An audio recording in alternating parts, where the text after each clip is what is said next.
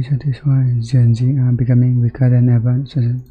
Imagine you're walking down a long dirt road. It's the same path your parents have traveled, and they love telling you about how much easier the journey is today, and that all you need to do is keep walking. The milestones stretch out in front of you, landmarks that your parents reached as part of their journey. But as the years go by and the road stretches out, they just seem further and further away. Sometimes a storm blows in and you have to wait for it to pass, or the road turns to mud and it feels like you're trudging through a swamp. Eventually you look up and you realize that you've gotten no further than you were a day, a month, or a year ago. There's a very good reason Gen Z is the most apathetic, cynical, and detached generation in living history. Just look at the hand they've been dealt. It's so much harder today to find a meaningful relationship, buy a home, start a family, get a good job, and generally live your life. I'm pretty sure Gen Z is like from 1996 or something, right? It's like only 26 years old now. I mean, ladder getting further apart, you can't blame people for doubting if the climb is worth it. Participation in society used to be based on an underlying deal. If you paid attention at school, worked hard, and treated people with respect, eventually everything would fall into place. Society had set structures which guaranteed that the people who followed the rules would actually get something out of it. A home, a family, a purpose, something which maybe added meaning to their lives. But over the past few decades, all of that was systematically stripped away. It was the lie we were told growing up. Everyone has to grow up. But the breaking of that illusion has been particularly traumatic to Gen Z. As children, we were told we could do anything, that the world was a place where all of this would come true.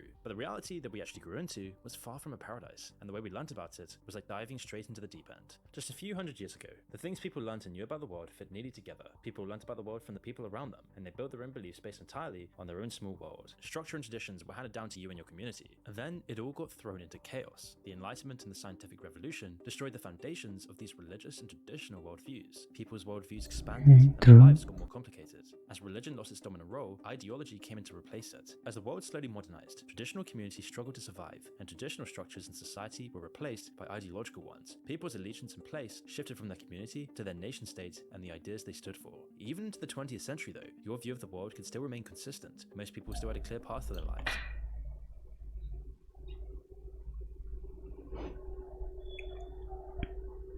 Yeah, there should be something like community-based group other than religion.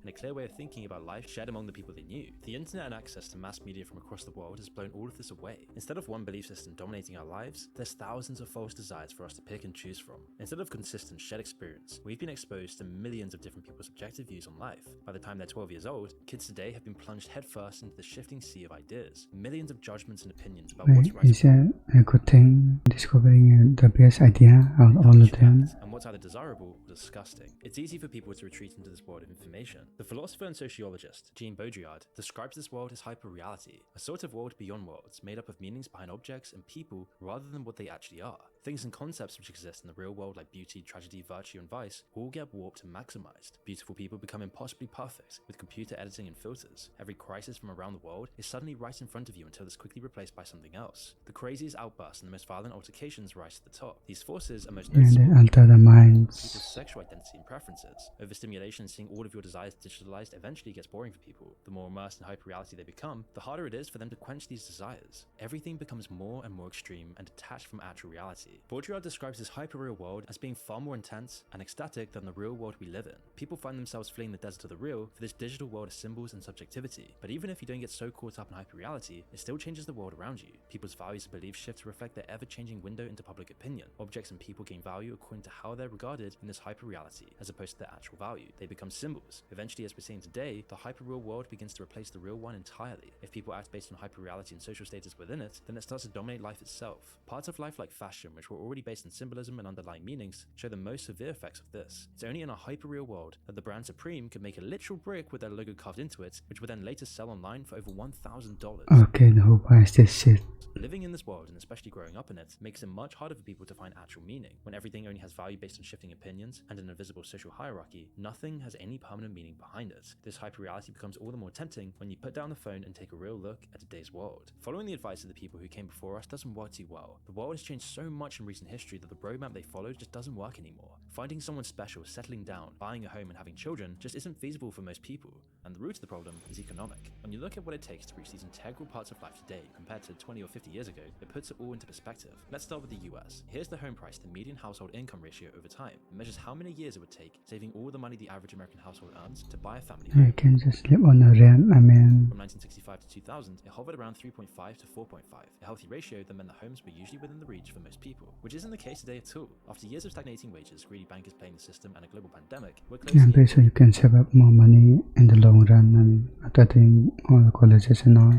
It would take 8 years of wages to buy just one home. The UK is even worse off on average. They blew past 8 years in 2015. Now it would take 9 years of wages to buy one house. In the big cities, it's even worse. To buy the average home in LA and comfortably pay the mortgage, you need to make over $220,000. In New York, the median house price is equivalent to over 10 years of income for the average household. A London family would need a staggering 16 years of uninterrupted wages to buy a house outright. The cities that young people move to for work, and high wages end up being far harder to get a foothold in. And all of this is so important because owning a home is the foundation for I just moved to a super city, man. Living paycheck to paycheck and paying off someone else's mortgage means there's barely a safety net at all. It's dangerous for people to live their lives because it's just too expensive in our society. Adding in childcare costs makes it clear why very few people You want to move to the most expensive city of all time. anymore. Is it really a surprise the West is facing a giant population collapse? Of course, it isn't just housing here. Inflation has meant that everything's gotten so much more expensive. Corporate profiteering and price gouging haven't helped either. But as everything has gotten more expensive, wages have continued to stagnate for most. Since 1979, the bottom 90% of the US saw their income rise by around 24% adjusting for inflation. Meanwhile, it doubled for the top 1% of the country. Hyper-reality has distracted people from this. They still know it's happening, everyone's feeling the effects. But with the constant assault of useless information you're powerless to do anything about, it just gets swallowed up by the constant cycle. It acts as a release valve for people's rightful outrage. Real anger and emotions that would have been converted into real action end up in cyberspace instead. There they join the billions of other opinions and fade away into the background noise. Things go by so People are just consuming, not doing the work. we're unable to process them. Humans just not built to deal with so much at once, and as a result, hyper-reality all seems like a blur, like you're traveling through it all so fast that you only get a sense of the underlying emotions. The algorithms manipulate this further, and push content that makes people feel self-conscious or negative to the top. It doesn't help that we're going through a global crisis right now, the brink of a third world war, economic catastrophe, the world's a mess, and Gen Z knows they're the ones who are going to have to clean it all up. And so applying Baudrillard's work to our world today illuminates the reasons behind how absurd and unreal it can all seem. The replacement of reality with hyper-reality shifted the focus of everything to social status. Money's a good example. Generally, people's wages and the amount of money they earned was linked to the quality of their labor and how productive they were. Today, how much you earn is entirely based on your social status within the system. It's been to the benefit of both CEOs and the top OnlyFans models. They both earn their money not through the quality of their I'm pretty sure all the OnlyFans type is literally prostitute and all. Yeah, and much more ricks and all the pimps and all. I think it's generally separate OnlyFans. what they produce, but through their position at the top of the hierarchy, the focus on speculative value as opposed to real value has aided scam artists and snake oil salesmen as well. It's only in our modern world that Sam Bankman-Fried could convince top hedge funds and millions of people to invest in a Ponzi scheme. The result of all of this is a society which puts far more Yeah, I'm pretty sure there have been Ponzi scheme more in the past. quality whilst becoming even more rigidly ordered and stratified. Movement up the ladder becomes even harder despite the appearance of a constant march towards a more liberal society. So how do you survive in a world like this? Well, there's a few different routes people take. Lots of people detach entirely, completely leaving the desert of the real and retreating entirely into hyper-reality. It isn't an active choice, of course. The passive nature of consumption just goes hand in hand with the inaction of depression. Simple things like exercise and living life become harder and harder to do.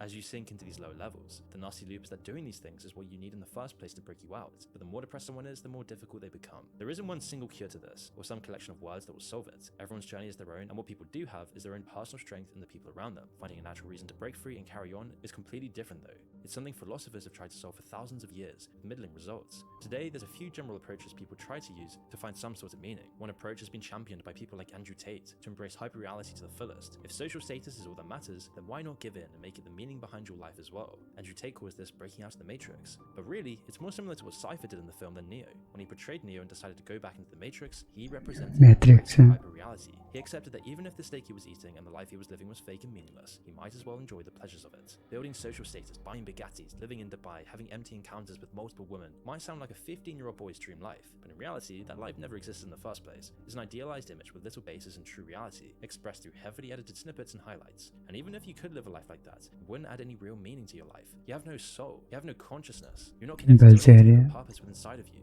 There will always be a faster and more expensive car to buy or a larger mansion to own. Treating everything and everyone like an object of social status also justifies awful and abusive behavior. Any belief system that reduces people into something else inevitably leads to tragedy. Whilst embracing hyper-reality isn't the answer, rejecting it completely isn't either. It would sound ideal to just take your loved ones and go live in a cabin somewhere. You'd be free to live an authentic life in nature, but it just isn't very realistic. I don't think most people can do that. Can't afford to just leave new society, and even if they can, it's hard to convince others to join you. And by cutting out a community, you're cutting out one of the most important needs in Maslow's hierarchy of needs. Deleting social media might be a less drastic solution, but you'll still be living in a hyper-real society. Detaching from life and society in these ways might be the right option for some. For others, it's life denying. It's a decision born out of the fear of suffering what society has become. Would it not be better to work within society and at least try and make it a bit better, rather than just leaving it to the rest of the world? When the world faced a similar crisis of meaning 150 years ago, Nietzsche saw that the only escape from nihilism was to create your own values. They can't be based in hyper-reality, and as create a collection of other people's experiences. The only thing that actually exists is your own viewpoint and your own perspective. That world is the only one you have even limited control over. Nietzsche believed that the highest values we can create come from the innate human will to power. And what he meant by this is still up for debate, but it doesn't mean simply forcing everything and everyone into submission. Instead, one interpretation of this will to power is how well you can shape the world around you. To have power in your life, the better you can make it, and the more it suits your own personal purposes, the more power you have.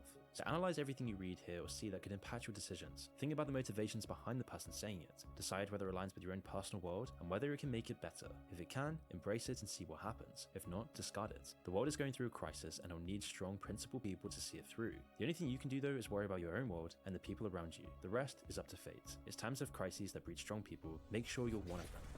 I'm pretty sure you should probably give other well. I guess I will this end video. Yeah, I'm video to go on this video.